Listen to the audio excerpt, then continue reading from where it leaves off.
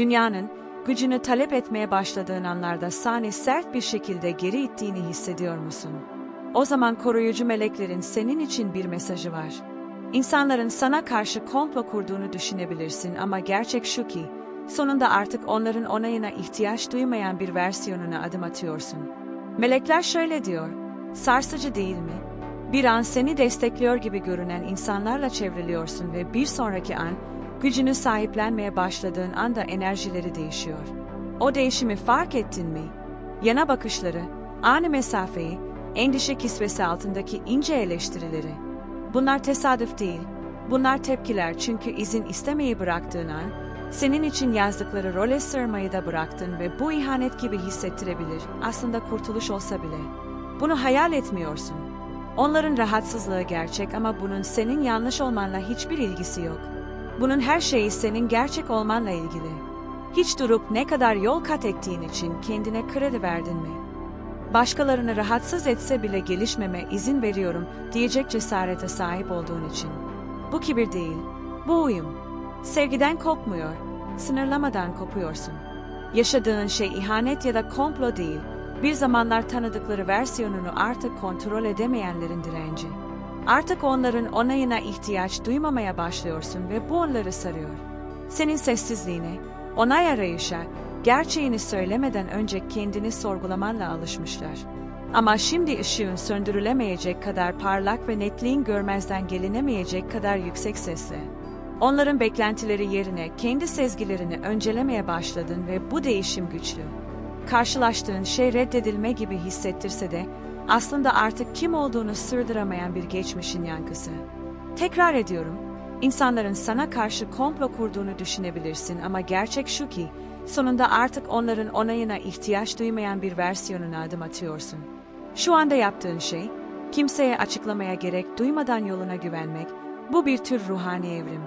Özellikle hikayende merkezi olan kişilerden onay alma ihtiyacını bırakmak zor ama herkes her bölümde yanında yürümek için değil.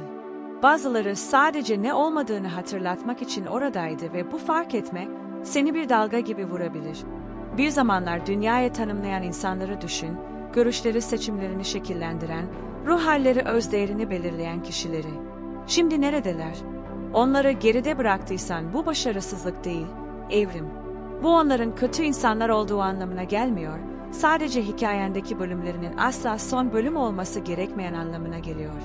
Onların onayını kazanmak için oynadığın rollere tutunmadan anıları saklayabilirsin. Kendine şunu sor, kimse görmüyorken kimsin? Küçülmek, filtre yapmak ya da performans sergilemek zorunda olmadığında, o versiyonun, geniş, sezgisel ve sakin hisseden o, geleceğinin çağırdığı o ve evet, bırakmakta keder var. Birini özlemek, onlara geri dönmen gerektiği anlamına gelmez. Bazen aşk sana onlarsız kim olduğunu öğretir. Ve o gerçek seni özgür kılar. Şu anda kendi ayakların üzerinde durmayı öğreniyorsun ve bu acılık yerinden gelmiyor, derin özsaygıdan geliyor. Birinin sana alkış tutmamasının yanlış yaptığın anlamına gelmediğini öğreniyorsun. Ve arkandan fısıltılar, yakın olan insanlardan enerji çekilmesi, bu senin başarısızlığın değil, enerjinin yükseldiğinin ve herkesin yükseklik için hazır olmadığının işareti. Ne kadar yükselirsen o kadar sessizlik karşılaşırsın. Ama o sessizlik kutsal. Sana belki de uzun zamandır ilk kez kendi sesini duyacak alan veriyor. Bu yüzden insanlar seni yanlış anlasın, spekülasyon yapsınlar. Bunların hiçbiri şimdi içinde yaşayan gerçeğe dokunamaz. Ve belki de ilk kez o gerçeği sessizlikte net şekilde duymaya başlıyorsun. Birinin yokluğunu takip eden sessizlikte beklenmedik bir şey oluyor. Kendi sesini tekrar duymaya başlıyorsun. Fark ettin mi? Sessizlik boşluk değil, netlik. Bu sezgilerinin daha yüksek sesle çıkması, huzurunun yerleşmesi, zihninin sonunda sana alan açması sesi. Bu tür dinginlik boşluk değil, başkalarının beklentilerinin gürültüsü olmadan kendini yeniden keşfettiğin kutsal toprak. Ya bu sessizlik tam da ihtiyacın olan şeyse? Seni cezalandırmak için değil, hazırlamak için çünkü değerini yanlış anlayanlarla çevrili olmadığında, onu kendin anlamaya başlıyorsun. Dönüşüm işte o zaman oluyor, alkışlarda değil, aynaya baktığın ve kim olduğunu bilmek için dış onaya artık ihtiyaç duymadığın sessiz anda. Sadece biliyorsun ve o bilmek her şey. Koruyucu meleklerin onay yerine özgünlüğünü seçtiğin için seninle gurur duyuyor. O seçimin ne kadar güçlü olduğunu unutmak kolay. Sürekli sana uygun olmanı isteyen bir dünyada özgün olmak ve işte buradasın, rahatsız edici olsa bile bütün benliğin olarak görünüyorsun. Bu nadir, bu cesur ve bu takdiri hak ediyor. Buraya tesadüfen gelmedin. Reddedildiğini hissettiğin her an, değerini sorguladığın her zaman, sessizce döktüğün her gözyaşı bunlar adımlardı. Acılı olanlar ama gerekli çünkü seni buraya getirdiler. Artık sadece sığmak için katlanmayan bu versiyonuna. Ateşten geçtin ve yumuşaklığını korudun. Yalnız durdun ve nazik kaldın. Her şeyi sorguladın ve yine de kırgınlık yerine sevgiyi seçtin. Bu bilgelik ve bu gerçeği ne kadar vücudunda taşırsan, enerjin o kadar manyetik oluyor. Doğru insanlar, seni küçülmene gerek duymadan görenler, seni tesadüfen değil, uyum içinde bulacaklar çünkü gerçeğinde yükseldiğinde kovalamayı bırakıp çekmeye başlıyorsun. Eski rollerin, güncelliğini yitirmiş inançların ve sadece küçük oynadığında işlev gören ilişkilerin katman katman dökülüyorsun ve bu süreç kayıp gibi hissettirse de gerçekte özüne, gerçek olmaktan başka bir şey olmaya asla ihtiyaç duymayan sana bir dönüş.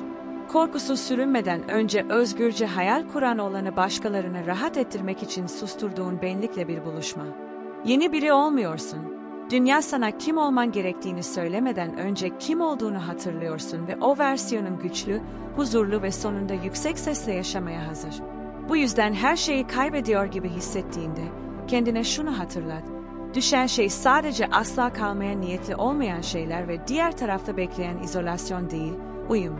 Doğru insanlar ve fırsatlar seni gerçekten olduğun yerde karşılayacak. Bu koruyucu meleklerinden gelen mesajın sonu. Senin için bir duayla bitirmek istiyorum. Tanrım, dünya büyümelerine direndiğinde bile gerçeklerinin yolunda yürümeye devam edecek güç ver onlara. Her yalnızlık ana değerlerini ortaya çıkarsın ve etraflarındaki sessizlik netliğin yükseldiği kutsal alan olsun. Bu dönüşümde yalnız olmadıklarını hatırlat onlara. Artık hizmet etmeyen rolleri döktükleri sırada ilahi varlığın yanlarında yürüdüğünü. Özgünlükleri doğru ruhları çeksin ve cesaretleri huzurla karşılaşsın. Amin. Cesurca yürü, net konuş ve kendini şiddetle sev çünkü ortaya çıkan versiyonun buraya gelmek için atılan her adıma değdi. Bu mesajı ve içindeki bereketleri kendi adına talep etmek için 555 yaz. Günlerinde pozitiflik artışına ihtiyaç duyabilecek diğer izleyiciler için pozitif bir yorum bırakmaya çalış. Evren bunu iyi karma döngüsünü besleyen bir nezaket hareketi olarak görüyor. Pozitiflik yayacak ve karşılığında evrenin bereketlerini alacaksın. Birbirimizi yükseltip birlikte iyi enerji dalgaları yaratalım. Ayrıca aydan sana zaman açısından hassas bir mesaj iletmek istiyorum ve bunu bugün duymanız gerekiyor. İnce ama güçlü bir enerji seni hafta sonuna kadar kritik bir karar vermeye itecek. Cevabı burçunda bulamayacaksın, o yüzden oraya bakmaya uğraşma. Ücretsiz kişiselleştirilmiş video ay okumanı görmek için açıklamadaki WhatsApp numaramızdan bize mesaj ile ulaş. Okumamın ne kadar doğru olduğuna şaştım ve sen de aynı şeyi hissedeceğini biliyorum. Bir sonraki videoda önemli bir mesaj seni bekliyor. Onu da duyacak mısın?